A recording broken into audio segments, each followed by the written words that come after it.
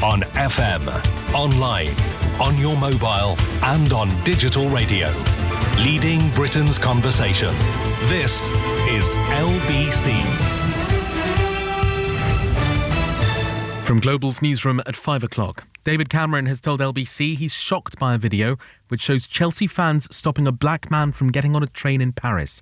In the footage, the group chants, "We're racist, and that's the way we like it." This does look extremely disturbing, very worrying. It's obviously potentially a criminal offence, and so I'm sure the French police will be looking at it very seriously. I know the British police will give every assistance that they can. I'm sure Chelsea will cooperate with that fully. These are very, very serious matters.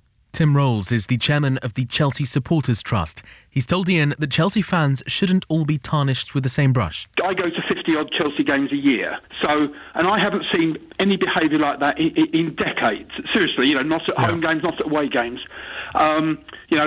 You can't defend what happened, but you have to put it into the wider context that, the vast majority of supporters who went last night behaved themselves. New figures show a key target for cancer treatment on the NHS in England was missed in every quarter of last year. The target is for 85% of patients to begin therapy within 62 days of being diagnosed. Overall last year, only 83.8% of patients began therapy within that time. Meanwhile, one of the most senior figures in the NHS says the public should feel righteous anger at the state of the health service. The chief executive of NHS England, Simon Stevens, says hard-nosed conversations are needed if it's to deal with the challenges it faces. Ukraine's president has confirmed he's pulled most of the country's troops out of the key city of Debaltseve, but Petro Poroshenko has denied claims that pro-Russia rebels have surrounded government forces in the eastern city. The government's admitted that the way British intelligence agencies handle certain communications haven't fully met European human rights laws since 2010. It's in relation to an ongoing legal claim brought on behalf of a victim of rendition who claims messages between himself and his lawyers were unlawfully intercepted. A paedophile police officer has been ordered to serve 20 years in prison. The Court of Appeal has ruled the original 14-year sentence given to former Cambridgeshire Police Sergeant Nick Lidston was unduly lenient. Judges said the 56-year-old committed what can only be described as the most horrendous sexual offending. Labour has accused David Cameron of letting energy companies get away with overcharging millions of customers. It's after a report by the Competition and Markets Authority found that 95% of people on dual fuel tariffs could have saved up to £234 a year by switching.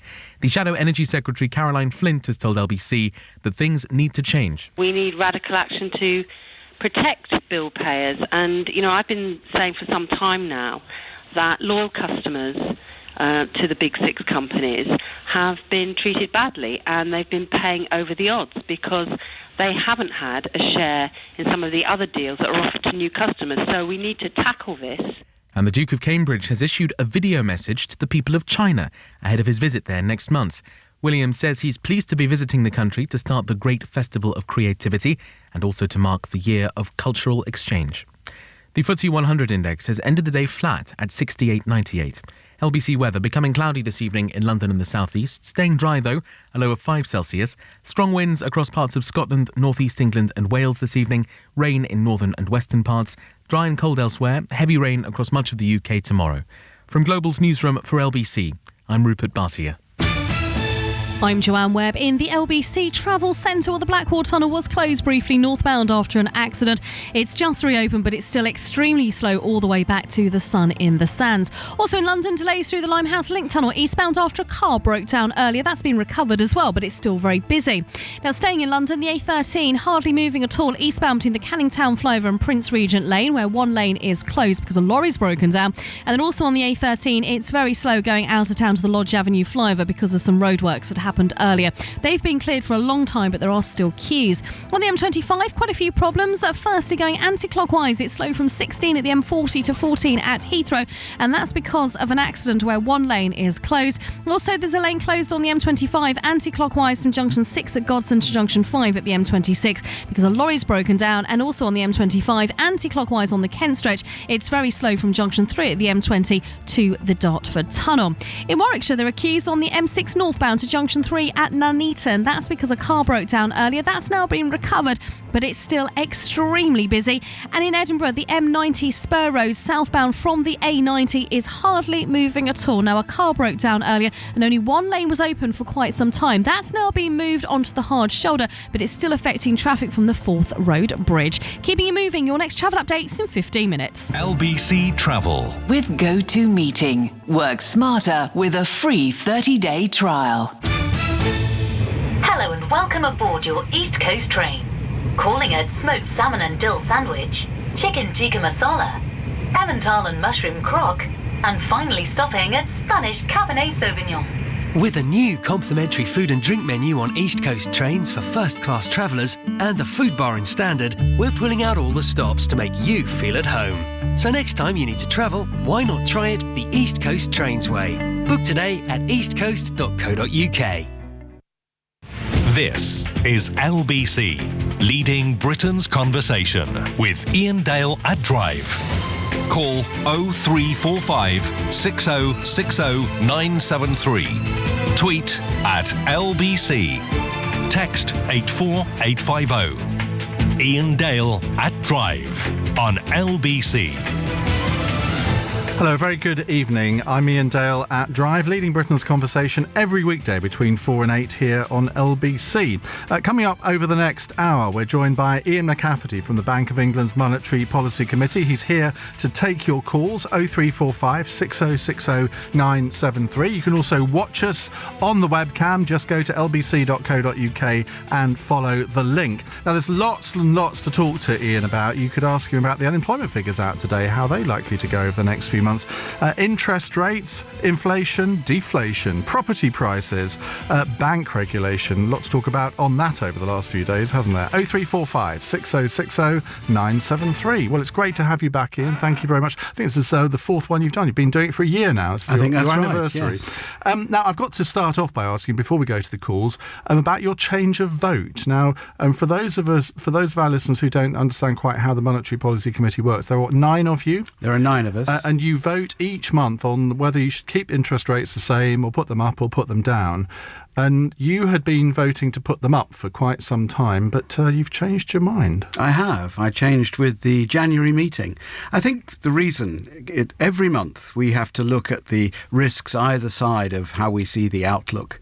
And whereas in the autumn, some of the upside risks appeared to me to be of more concern, and those upside risks are that unemployment's been coming down rapidly. We're starting to see a pickup in wages, and as we look forward, that is likely to put upward pressure on inflation over the course of the next 2 years or so. Since then, of course, we've had the very, very sharp fall in oil prices, and as a result, headline inflation has come down dramatically. And will continue to do so, and is likely to carry on down for a little time longer. The latest data is 0.3% on an annual rate. That's the lowest rate we've had for a generation. Well, a bit different to when you and I were growing up. It certainly is, 25%. I remember those days very well. I think I was 12, but I still remember that. And that presents, in itself, that's not a bad thing, and it does help in terms of consumer incomes and spending power. But there is a risk that if that period of low inflation starts to change underlying behaviour,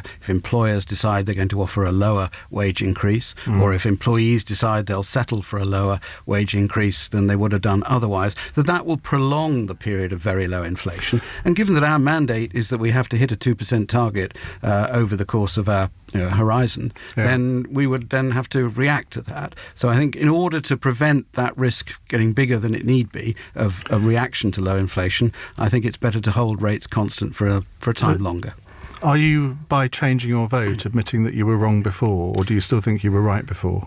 I certainly would admit that I was wrong before.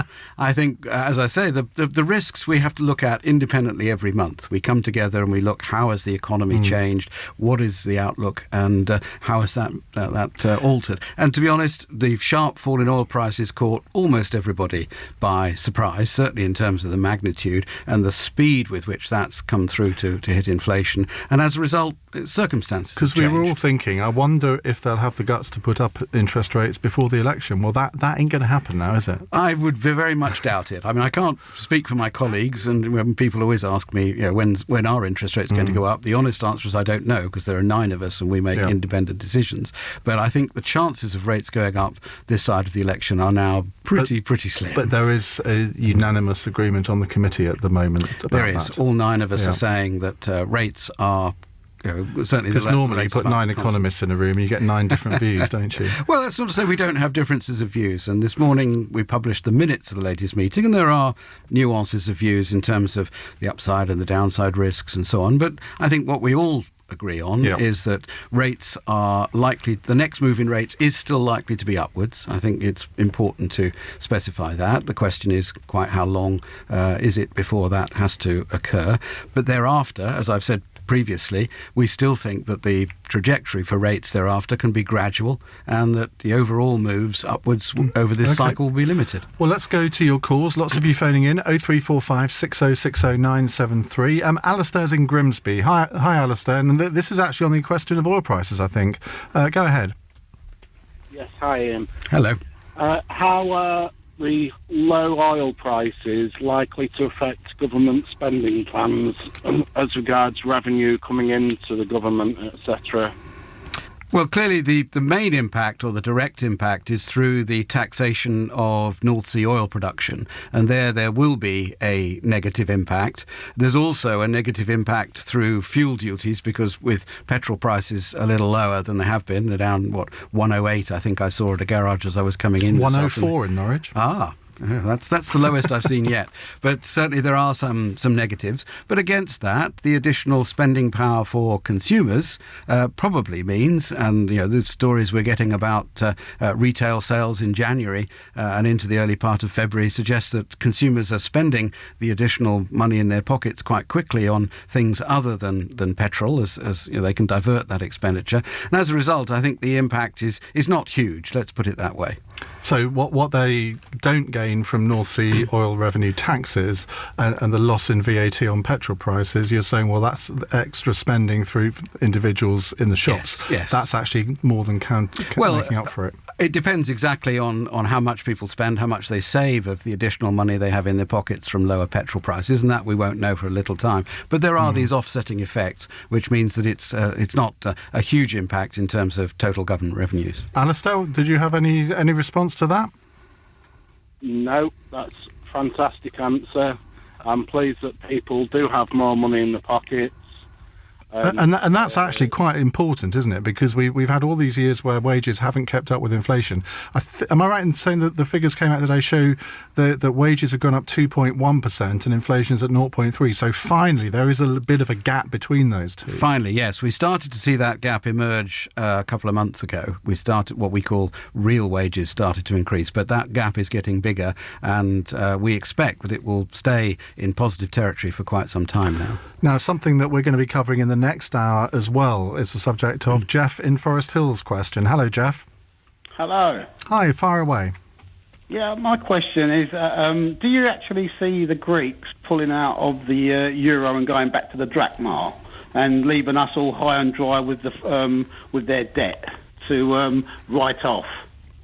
Well, I think in answer to the first question, one can never say never to anything where there are political negotiations, and there is always the possibility that either errors will be made or people get out on the wrong side of the bed and become intransigent when they're negotiating with each other and so on. I would have to say, though, that I think both sides ultimately recognise that it's probably in their better interests if Greece stays in. But the question is, how do you do so under conditions which are acceptable to both and that they can then relay back to their respective political constituencies?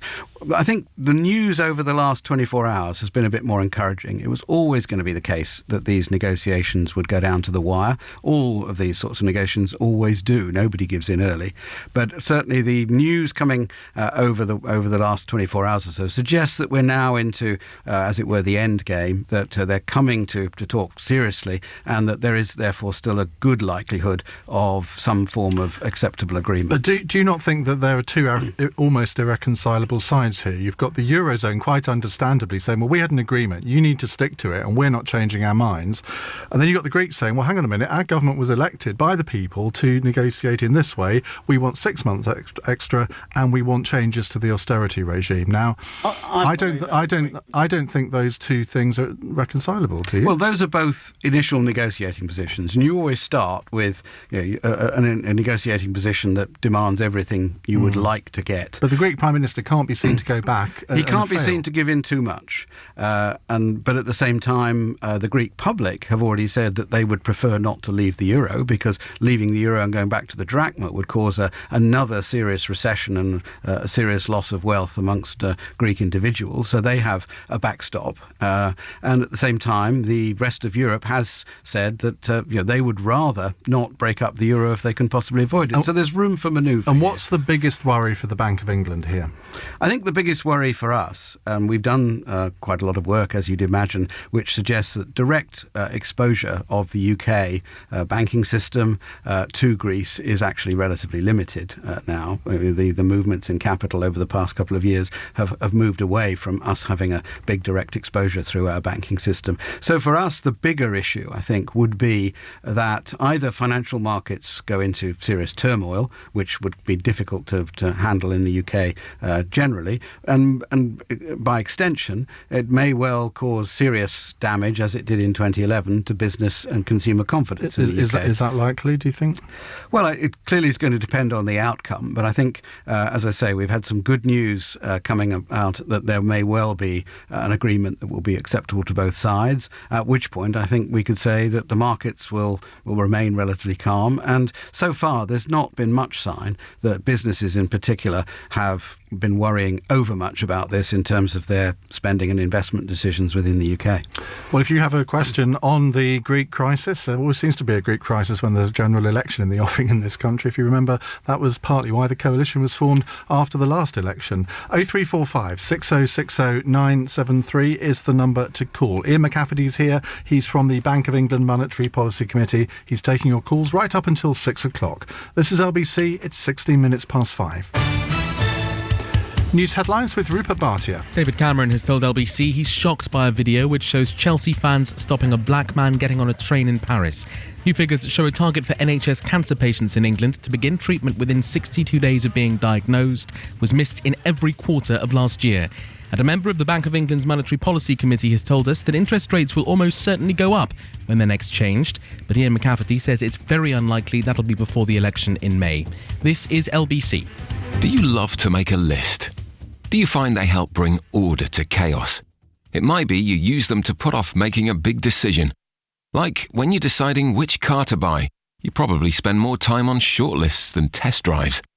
If so, I'm sure you'd like to know that with Mercedes-Benz approved used A-Class and B-Class models, you get £500 finance deposit contribution at 9.9% APR representative. That's the sort of attractive proposition that could make one of your lists a very short list indeed. Search Mercedes-Benz approved used. Offer ends 30th of April, models over 90 days, subject to status, Mercedes-Benz Finance. I'm Joanne Webb. In the LBC Travel Centre, the Blackwall Tunnel in London was closed earlier northbound after an accident. It's all back open now, but it's still very slow back to the Sun in the Sands. The A13 in London's hardly moving at all eastbound from the Canning Town flyover to the Lodge Avenue flyover after a lorry broke down, and there were some roadworks as well earlier. They've been cleared, but it's still very slow.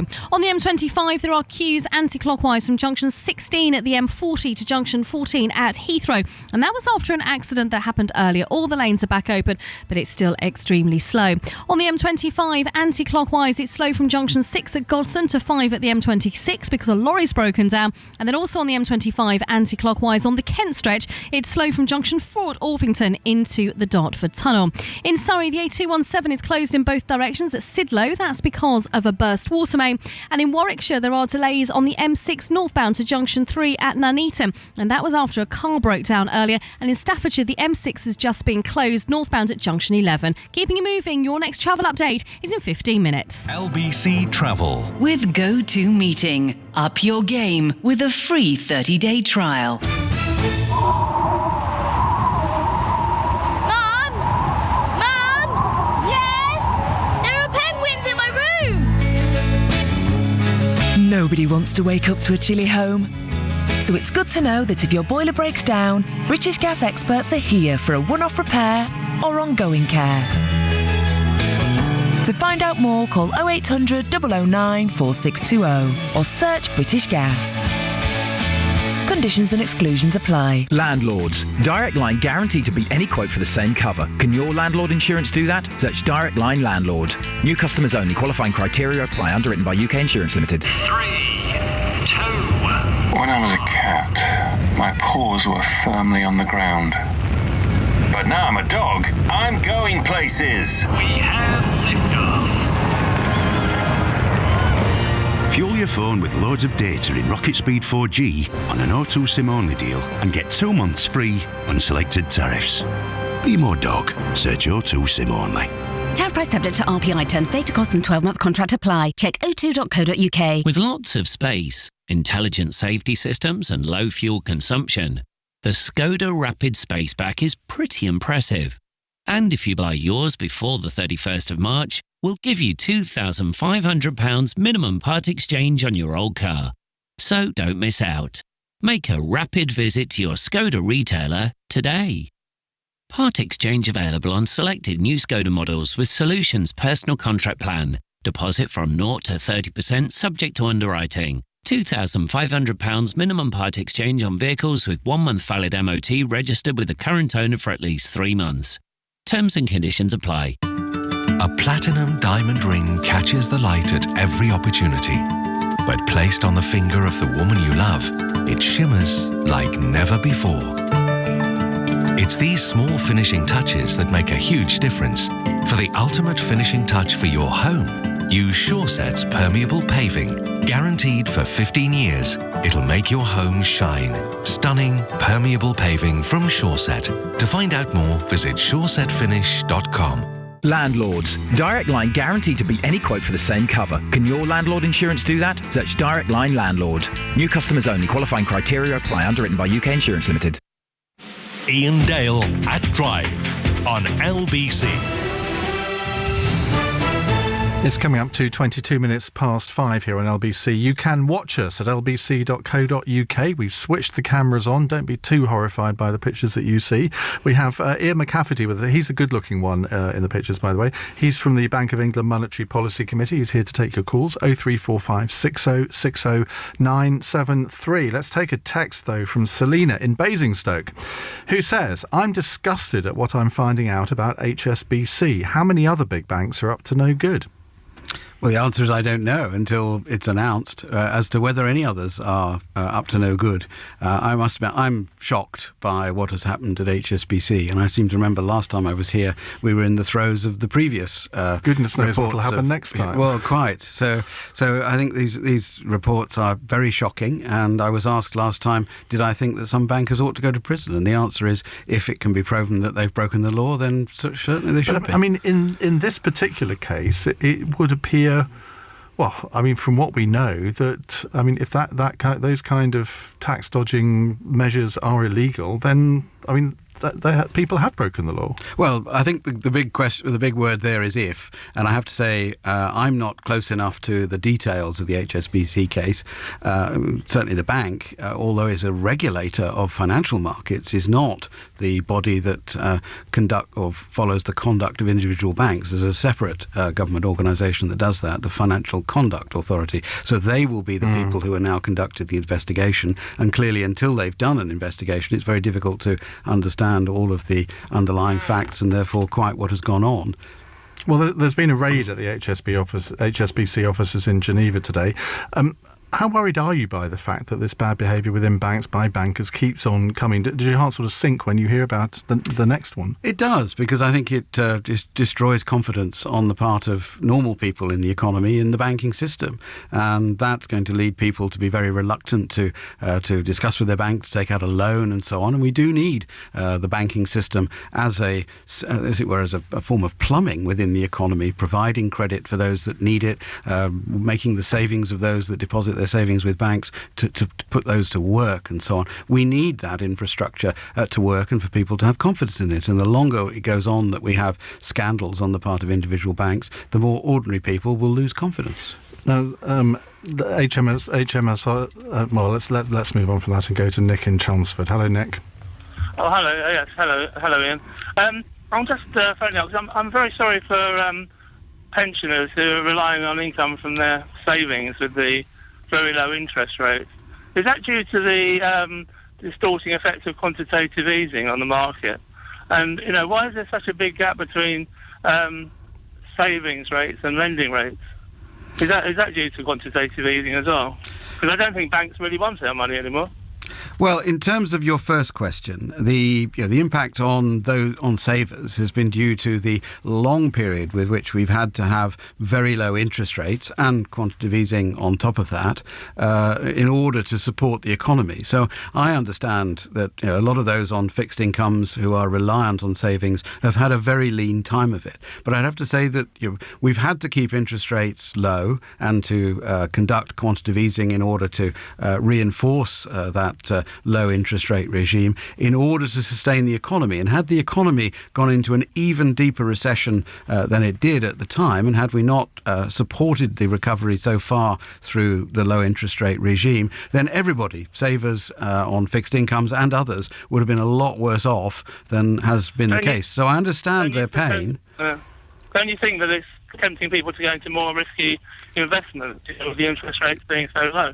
Well, to some extent, but I think I would say you have to go into any investment with your eyes open, and to that extent, don't do anything that you might live to regret. Now, in terms of your second question, why is there a bigger difference between lending rates and borrowing rates at the moment? And that's simply that the profile of what we would call the bank's risk and credit profile, that is how they assess the risk of any loan, has changed relative to prior to the crisis. They're a lot more cautious about lending than they were. They were probably not cautious enough about lending prior to the crisis, and they were giving money away without properly pricing it. And that then means that the difference between saving rates and borrowing rates is higher than before the crisis, but it's a reflection of the change in the market. Where do we get to, though, if interest rates go negative? Because, I mean, is it in Switzerland they've got negative savings rates now? Well, how does that work? Well, in that sense, once it gets to retail rates, if it gets as far as retail rates, then essentially a little bit is deducted from your account every month rather than so paying people you just interest. take it all out and put it under their mattress, Well, don't they? that is a risk. And I think one of the big risks about moving to negative interest rates is that it can, if those negative interest rates are expected to continue for some time, or if they get too negative, it can lead to big dislocations in banking markets, because even banks who would normally deposit money with the Bank of England and use that as against which they conduct their operations would decide that if we were charging negative interest rates on the reserves of the commercial banking system with the Bank of England, they'd rather hire a warehouse and stick it there in cash rather than leave it with us, which then means there's big disruption. So there are issues with negative interest rates. But what I would say is most of the areas where we've seen negative interest rates so far are at the level of central banks. It's what we'd call the policy rate. It's much more unusual that you see retail rates, savers rates and borrowing rates go negative. Nick, thank you for that. Let's move on to Andrew in Docklands. Andrew, what's your question? Yes, my question is, would you agree with the British Chamber of Commerce director who said today that 61% of businesses, which I assume aren't actually the very small businesses, but probably sort of medium-sized businesses, want a referendum on in out of the EU? Well, I don't do polls of small businesses in that same way, so I haven't really got a very good idea. I mean, clearly what I can say is from my career in business, it's clear that uncertainty, political uncertainty of any sort, tends to make businessmen very wary. So to that extent, the degree to which there is uncertainty, whether it's about the Scottish referendum, as we saw last autumn, whether it's to do with the upcoming general election, whether it's to do with a referendum on Europe thereafter, the uncertainty that those sorts of political events cause can lead to businessmen postponing I think what John Longworth was saying from the British Chambers of Commerce, he was saying, well, if we can have the referendum a lot earlier than the end of 2017, that inevitably will mean less uncertainty because we can get it out of the way more quickly. So from that point of view, I guess you'd have some sympathy with that. Well, I think it's a political decision, and I think, to that extent, preparing for a decision as large or as important as whether we stay in or leave the European Union is going to take quite a lot of preparation in order to get the arguments out in the open so that people can make a properly informed decision either way. So in that sense, I don't think it's something that should be rushed, but at the same time, I'm aware that uncertainty can cause businessmen to get the jitters. And that's going to be quite tricky, isn't it, for the Bank of England, because you've got to put out independent figures. I mean, I suppose the Office of Budget Responsibility maybe will do that more than you, but you can't be seen to take sides in any referendum campaign, and yet you need to maybe... I mean, there will be scare stories on both sides of that campaign, won't there? Is it the Bank of England's job to have any role in saying, well, actually, you may say that, but these are the figures, these are the figures that you should be going on? No, that is properly the responsibility of the political institutions. So it's, the individual political parties, individual politicians and groups who are set up to lobby or to argue for one case or the other to make those cases. I mean, our role, I think, is twofold. One is on the part of the MPC to watch how political uncertainty or any other form of uncertainty may affect the conduct and the outlook for the economy, and therefore set monetary policy in line with that. And were we to see businesses become very concerned about any form of downside risk, then clearly we would have to react. So I suppose, being cheeky, if there were no referendum, that would be the best thing for the Bank of England, because there'll be no uncertainty, or the best thing for the economy. We still have general elections every 5 years, and those can create uncertainty. We had the Scottish referendum, so there's always going to be a series of political events that cause political uncertainty. The question is, can those be managed, and to what extent do businesses in particular, but consumers as well, manage through those without big disruptions? OK, 30 more minutes to go for questions for Iain McCafferty from the Bank of England's Monetary Policy Committee. The number to call, 0345 6060973. If you can't phone, if you're not near a phone, you can text us on, I suppose you have to have a phone to text, don't you? 84850 is the text. And you can email Iain, IAIN, @lbc.co.uk. I'm Iain Dale at Drive. LBC News Time at 5:31. Rupert Bhatia has the news headlines. David Cameron has told LBC that a video which shows Chelsea fans stopping a black man from getting on a train in Paris looks extremely disturbing. In the footage, the group chants, "We're racist and that's the way we like it." The Met Police are investigating. A member of the Bank of England's Monetary Policy Committee has told us that record low inflation is temporarily stopping a change in interest rates. Iain McCafferty says the bank is trying to stop inflation from becoming a problem. New figures show a key target for cancer treatment on the NHS in England was missed in every quarter of last year. The target is for 85% of patients to begin therapy within 62 days of being diagnosed. Overall last year, only 83.8% of patients began therapy within that time. And Ukraine's president has confirmed he's pulled most of the country's troops out of the key city of Debaltseve, but Petro Poroshenko has denied claims that pro-Russia rebels have surrounded government forces in the eastern city. LBC weather becoming cloudy this evening in London and the southeast, staying dry though, a low of 5 Celsius. Strong winds across parts of Scotland, northeast England and Wales this evening, rain in northern and western parts, dry and cold elsewhere, heavy rain across much of the UK tomorrow. From Global's newsroom for LBC, I'm Rupert Bhatia. I'm Joanne Webb. In the LBC Travel Centre, the Blackwall Tunnel in London was closed earlier northbound after an accident. It's been open for a while, but it's still extremely slow all the way back to the Sun in the Sands. Staying in London, it's very busy on the A13, heading eastbound pretty much the whole way from the Canning Town flyover to the Lodge Avenue flyover after a lorry broke down and there were some roadworks as well. On the M25, quite a few problems. Firstly, anti-clockwise, it's slow from junction 16 at the M40 to 14 at Heathrow, and that's because of an accident that happened earlier. All the lanes are back open, but it's still very slow. A lorry's broken down on the M25 anti-clockwise between junction 6 at Godson and 5 at the M26, so one lane is closed for recovery.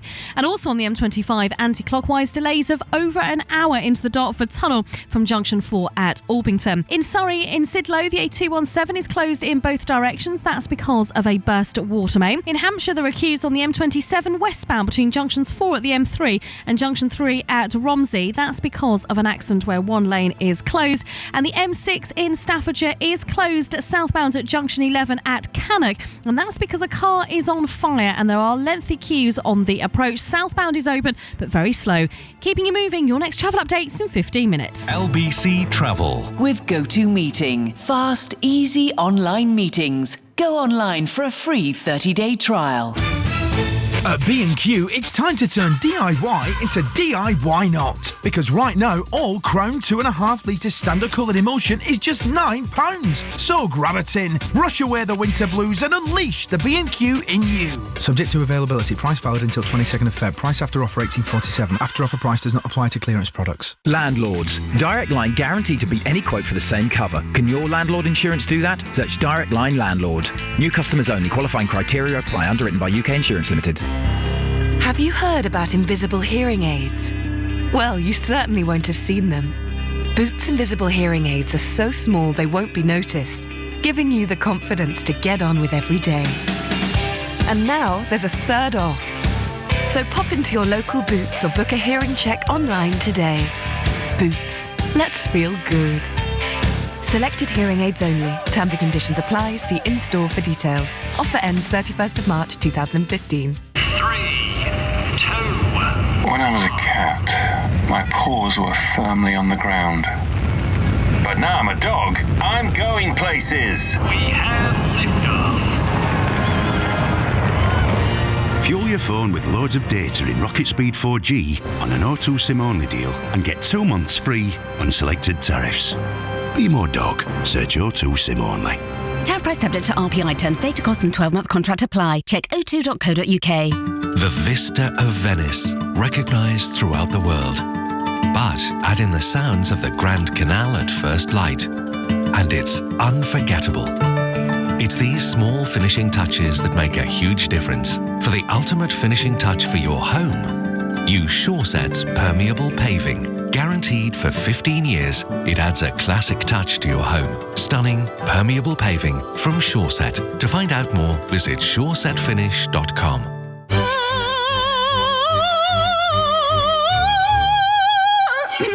So sorry. Make sure you get a perfectly balanced performance. Michelin tyres bring safety, longevity, and fuel efficiency factors together in one tyre. And throughout February, we at QuickFit are offering 25% off them. So for all-round total performance, ask for Michelin tyres at any of our QuickFit centres today. Offer available in-store only. Terms and conditions apply. Iain Dale at Drive on LBC. 5:36 is the time here on LBC. Iain McCafferty from the Bank of England, England's Monetary Policy Committee is here to take your calls, 0345 6060 973. But before we go back to your calls, let's cross to Ben Kumar at Seven Investment Management for a business update. Ben, good evening. Good evening, Ian. Now, unemployment down again. Yes, an unemployment rate of 5.7% in the UK, 1.86 million people out of work, which is pretty impressive indeed, considering we had one of the greatest recessions we've seen only 6-7 years ago. And energy groups, what have they been accused of? Yeah, so energy groups are being accused of, not really repaying loyal customers. So people who don't look around and switch energy groups end up paying about £250 more per year. So it just really emphasises that actually, with all those price comparison websites out there, maybe an hour of your time is well rewarded. Yeah, because you see, I don't think you can blame the energy companies for that. I think we have to look at ourselves and think, well, if we're too lazy to look around for a better deal, can you blame the energy companies for charging what they do? Now, how did the markets do today? The FTSE was pretty much flat at 6898. The pound stronger against the dollar at 154.5, and against the euro now at 136. Wow. Ben, thank you very much. That's Ben Kumar at 7 Investment Management. Iain Dale at Drive on LBC. It's 5:38. Iain McCafferty, listening to some of those figures there, the stock market at 6898, which is more or less as high as it's ever been, tantalisingly close to 7,000. And the pound, though, getting much stronger against the euro, 136 again, the highest it's been since I've been doing this programme, certainly. Are there warning lights there that the pound's getting a little bit too high against the euro, bearing in mind the exports that go from here over to the Eurozone? It's an issue that we have to keep an eye on. Certainly the conversations I've had recently suggest that at current levels, it's slightly uncomfortable, but it's not it's not something that we should lose sleep over. When do the warning lights really start flashing? 140? Well, I think it varies from business to business, and what I found over the past few years is that businesses are actually much more naturally protected because they import so many components and raw materials which are then re-exported and so on, and that so many more contracts are done in different currencies now, not everything in sterling when we're importing and exporting. And then, of course, some businesses hedge their currencies exposures through the markets as well, that actually it's much more difficult to say that a move, unless it's really quite dramatic, is unilaterally bad news for us. So I think if it were to continue to rise, it's something we would have to keep an eye on, and I would want to talk to a number of business contacts to just find out at what point do they start to feel uncomfortable. But so far,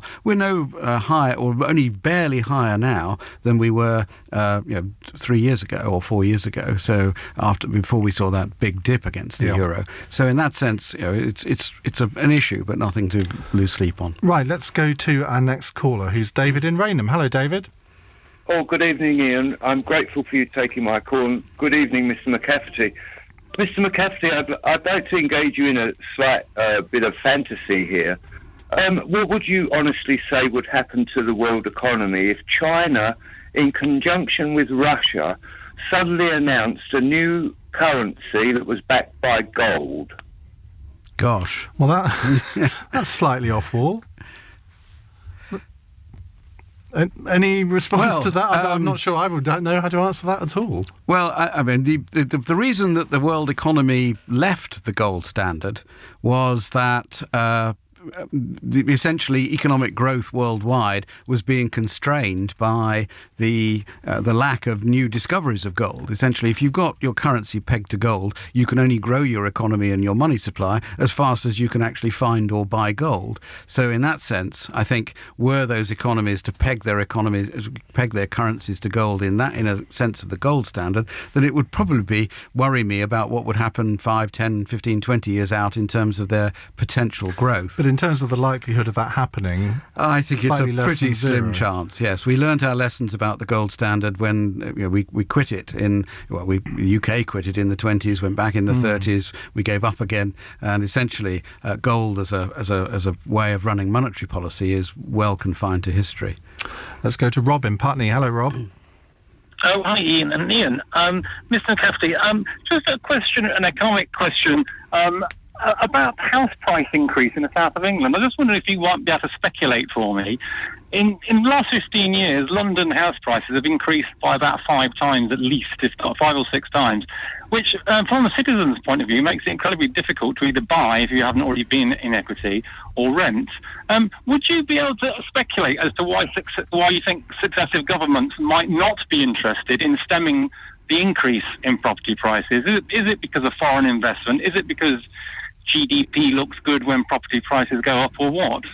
I don't think it's either of those necessarily. I think the main reason that we've seen such a long and sustained rise in property prices, not only in the southeast and in London, but across the country relative to 10, 20 years ago, is essentially a lack of supply. We haven't built enough houses to deal with the increase in population and the increase in household formation that we've seen over that period. Now, that lack of supply is quite a complex issue. It's not specifically the government, but there are certainly planning issues, some of which may be related back to the government, but also the fact that in many cases local existing communities do not want large numbers of new houses built close by, and therefore object to planning requests and so on and so forth. It's also, I think, the issue of affordability and to what extent the house building industry can respond when it is quite a cyclical industry, and we go from recession to boom to recession in housing and so on.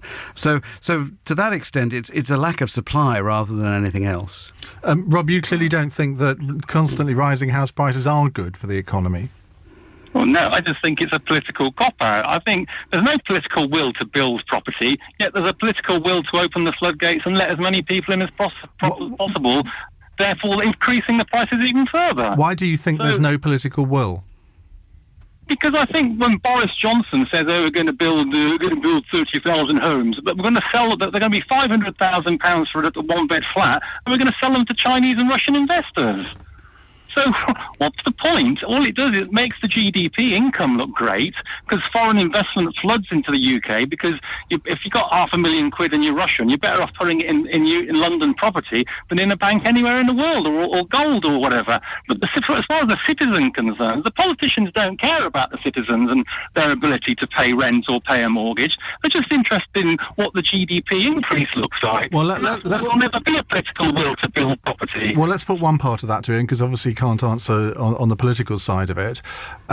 It is true. That is why Russian oligarchs are putting their money into London, because they can get a better return on buying property than they would by putting it in a bank. Well, I'm not sure it's actually a return. I don't think many of them rent out the properties or no, but essentially it's a very safe haven. If you're coming from a country where whether it's Russia or others, where you're worried about the safety of your money and whether you can get at it and get it out at short notice, then you will put money abroad. And it so happens that London is a very open and stable, both politically and financially, city in a stable economy. And we should be proud of that, shouldn't we? We should be proud of that. Now, I have to say, in defence of this government, not that this is a particularly political point, the current government have relaxed planning regulations quite significantly over the course of their time in office in an effort to try and stimulate greater supply. As I say, a lot of it is more to do with what happens on the ground at a local level, either on the part of local authorities who then are not keen to see large developments, or on the part of the existing residents who and that's a big part of it, isn't it? Iain McCafferty, you are with us for 15 more minutes, taking questions from LBC listeners. 0345 6060 973. If you have something on the economy that has always worried you, that you've never understood, now's your chance to find out the answer. This is LBC. It's 5:46. News headlines with Rupert Bhatia. David Cameron has told LBC he's shocked by a video which shows Chelsea fans stopping a black man from getting on a train in Paris. A 16-year-old boy from Greater Manchester has been charged with trying to acquire a biological toxin, and a member of the Bank of England's Monetary Policy Committee has told us that record low inflation is temporarily stopping a change in interest rates. This is LBC. Birthdays, weddings, leaving dues and new arrivals. Champagne suits just about any occasion. And right now at Sainsbury's, Etienne Dumont Brut Champagne is only £13. But why wait for an occasion? Sainsbury's. Subject to availability. Selected lines and stores only. Exclude centrals and locals. Max 6 bottles. Drink aware. I'm Joanne Webb. In the LBC Travel Centre, the Blackwall Tunnel was closed briefly northbound because of an accident in London. It's been open for a while, but the queue's back into the sun in the sands, and then the A2 is busy all the way from the Canal Bridge interchange in South Bermondsey. Also long delays as a result on the south side of the Rotherhithe Tunnel. In Kent, the M20 is currently closed coastbound at Junction 4 at Leybourne, and this is because of an accident. There are long queues on the approach. Quite a few problems on the M25. Firstly, anti-clockwise, it's hardly moving at at all from junction 4 at Albington to the Dartford Tunnel. It's taking over an hour to get through that queue. A lorry broke down earlier on the M25 anti-clockwise between junction 6 at Godson and 5 at the M26. It's still there being recovered, so one lane is closed and it's hardly moving at all on the approach. Now in Staffordshire, the M6 was closed earlier southbound at junction 11 at Cannock because a car was on fire. That fire is now out, but one of the 3 lanes remains closed, so obviously it is extremely busy on the approach. In Hampshire, the M27 is very slow westbound between junctions 4 at the M3 and junction 3 at Romsey. This is after an accident as well. There are restrictions in place. And just hearing about some problems in Staffordshire on the A50. It's currently closed in both directions at the Sideway roundabout in Hanford, and that was after an accident. Keeping you moving, your next travel updates in 15 minutes. LBC Travel. With GoToMeeting. Work smarter with a free 30-day trial. At B&Q, it's time to turn DIY into DIY not. Because right now, all Crown 2.5 litre standard coloured emulsion is just £9. So grab a tin, brush away the winter blues and unleash the B&Q in you. Subject to availability. Price valid until 22nd of Feb. Price after offer 1847. After offer price does not apply to clearance products. Remembering every phone number you've ever called is not impressive. What is impressive is remembering to call 118434 whenever you need a number. 118434. It's the handy number for handy numbers. Calls cost 76 pence plus £1.53 per minute from a BT landline. Other networks vary and mobiles cost considerably more. With lots of space, intelligent safety systems and low fuel consumption, the Skoda Rapid Spaceback is pretty impressive. And if you buy yours before the 31st of March, we'll give you £2,500 minimum part exchange on your old car. So don't miss out. Make a rapid visit to your Skoda retailer today. Part exchange available on selected new Skoda models with Solutions Personal Contract Plan. Deposit from 0 to 30% subject to underwriting. £2,500 minimum part exchange on vehicles with 1 month valid MOT registered with a current owner for at least 3 months. Terms and conditions apply. Have I got PPI? I was able to start my own business with the money. And the rest, I've kept in the bank for a rainy day. I'd advise anyone who hasn't yet claimed to just do it. They even find out all the information for you. Find out if you've got a payment protection insurance claim with haveigotppi.com. Text FIND to 80800. Have I got PPI.com? That's FIND to 80800. Stick a pin in the calendar, write a reminder on the fridge, tie a note to the dog. However you do it, don't forget that Britain's best deal on totally unlimited broadband ends on Thursday. It's your last chance to get 1 year's free broadband from TalkTalk with 1670 line rental. It's the gift that keeps giving, and it'll save you £248 versus BT. But hurry, the offer ends on Thursday. So whatever else you do between now and then, don't forget to visit talktalk.co.uk, a brighter home for everyone. 18-month contract and conditions apply. See website for comparison details. Excludes gift card. Price after promo £3.50. Mum! Mum! Yes! There are penguins in my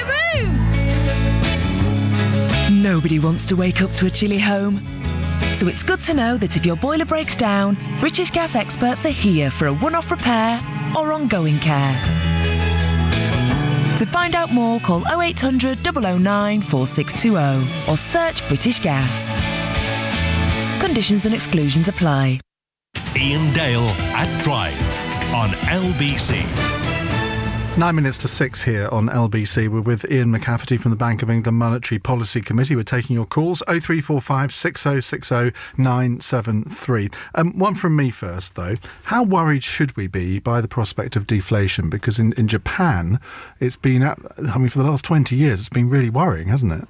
Well, journalists and commentators always get very excited about the prospects for deflation. I'm not excited. But in the UK, we're an awful long way from that. We have in prospect a period of very low inflation. It's possibly going to be negative for a month or so over the course of the spring, depending on quite how petrol prices react to the fall in crude prices, and that is in itself a good thing. It's increasing real incomes on the part of consumers, and that will keep the economy growing quite healthily. It's only if that deflation is accompanied by negative sentiment, shortage of demand, and that then means people put off their purchases because they think things will be cheaper in the future, and which then leads you downhill in terms of the economy. But we're a long way from that in the UK, and the outlook over the course of the next couple of years, we published our latest forecast just a week or so ago now, does suggest that the economy is on a healthy path over the course of the next couple of years. We're going to be growing quite strongly over that period, and that after this short period of very low inflation, we do think inflation will gradually pick up back to our 2% target on a 2-year horizon. Because the governor must be fed up with writing letters to the Chancellor, because he has to do that every time you don't meet the 2% inflation target. Well, what's so special? Martin has got an email here. What's so special about 2% inflation, and how can it be bad if it's marginally lower? Well, I don't think it is bad if it's marginally lower. The 2% target was chosen because we want to see low inflation, such that people's savings are not eroded over time simply because prices are rising rapidly. And as we know, high inflation then leads to all sorts of other problems in the economy. You and I have remember the 1970s, and I'm sure many of the listeners do too, and all of the damage that very high inflation did then. If you have inflation that's too low, that itself can actually cause some sort of stickiness or gumminess in the workings of the economy. If relative prices can't move against each other because inflation is so low without cutting prices, people don't want to take wage cuts, for example, just to adjust, then that can be a problem too. So 2% is a happy medium. Okay. It's not so high that it causes problems, but it's high enough to allow the economy to function. Let's go to Darren, who's in Hornchurch. Hello, Darren. Oh, good evening, gentlemen. The question I'd like to ask is, the couple of callers prior to the break mentioned about the removal of the gold standard.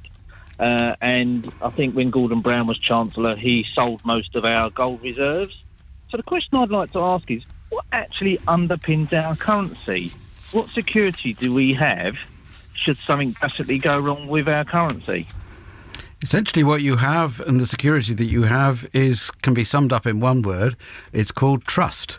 It's that the Bank of England will guarantee that if you bring a pound in, you will get a pound back. Now, you could say the main way in which the currency can be debauched under this sort of system is through inflation. And the other protection that you have is that we have a system of inflation targeting built into law through an independent Bank of England, such that we are charged with keeping inflation at a low level, which then maintains the value of the currency. But unlike a gold standard where you could have gone into the Bank of England 100 years ago and handed your pound note in and been given a few small ounces of gold in a small bag, that no longer applies. But as I said earlier, the gold standard does actually restrict normal economic functioning quite heavily. So we've moved away from that in terms of maintaining or controlling the money supply. But you have to have trust in the central bank. But it is interesting, isn't it? Because, again, two things that you and I grew up with. We grew up with balance of trade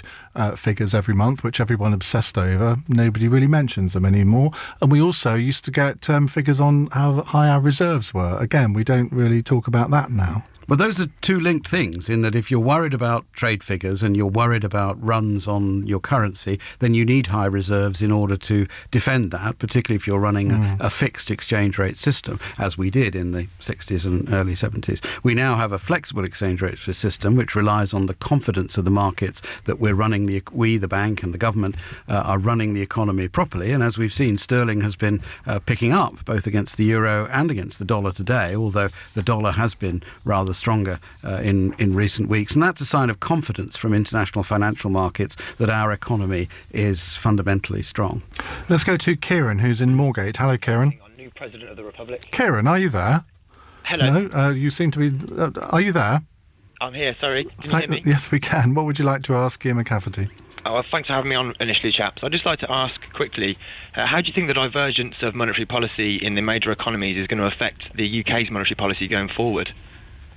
Well, the simple answer is that we, the MPC, run monetary policy for the good of the UK economy, and as such we will look at the indicators of inflation over the course of the next couple of years, and we'll set monetary policy in order that we achieve that. Now, clearly what happens in other economies has an impact through our imports and exports and through the value of our currency, not least, and so we will take account of those. You talked about how the divergence of monetary policy is affecting people, and that's evident already in terms of the larger swings in major currencies that we've seen over the course of the last year relative to prior to that, when when all central banks were holding interest rates very, very low indeed across the piece, then currencies were relatively stable. We now have a position in which both the Federal Reserve in the United States and the Bank of England here are expected at some stage to start to put interest rates up, whereas the European Central Bank and a number of other central banks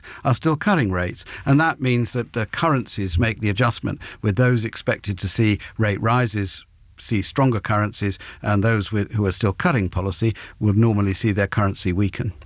Kieran, would you like to come back on that? What's the answer to your own question?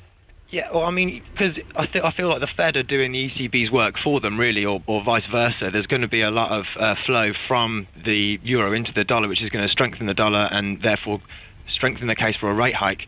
And then, you talk a lot about currencies. Do you think, therefore, that the term currency wars is a fair one?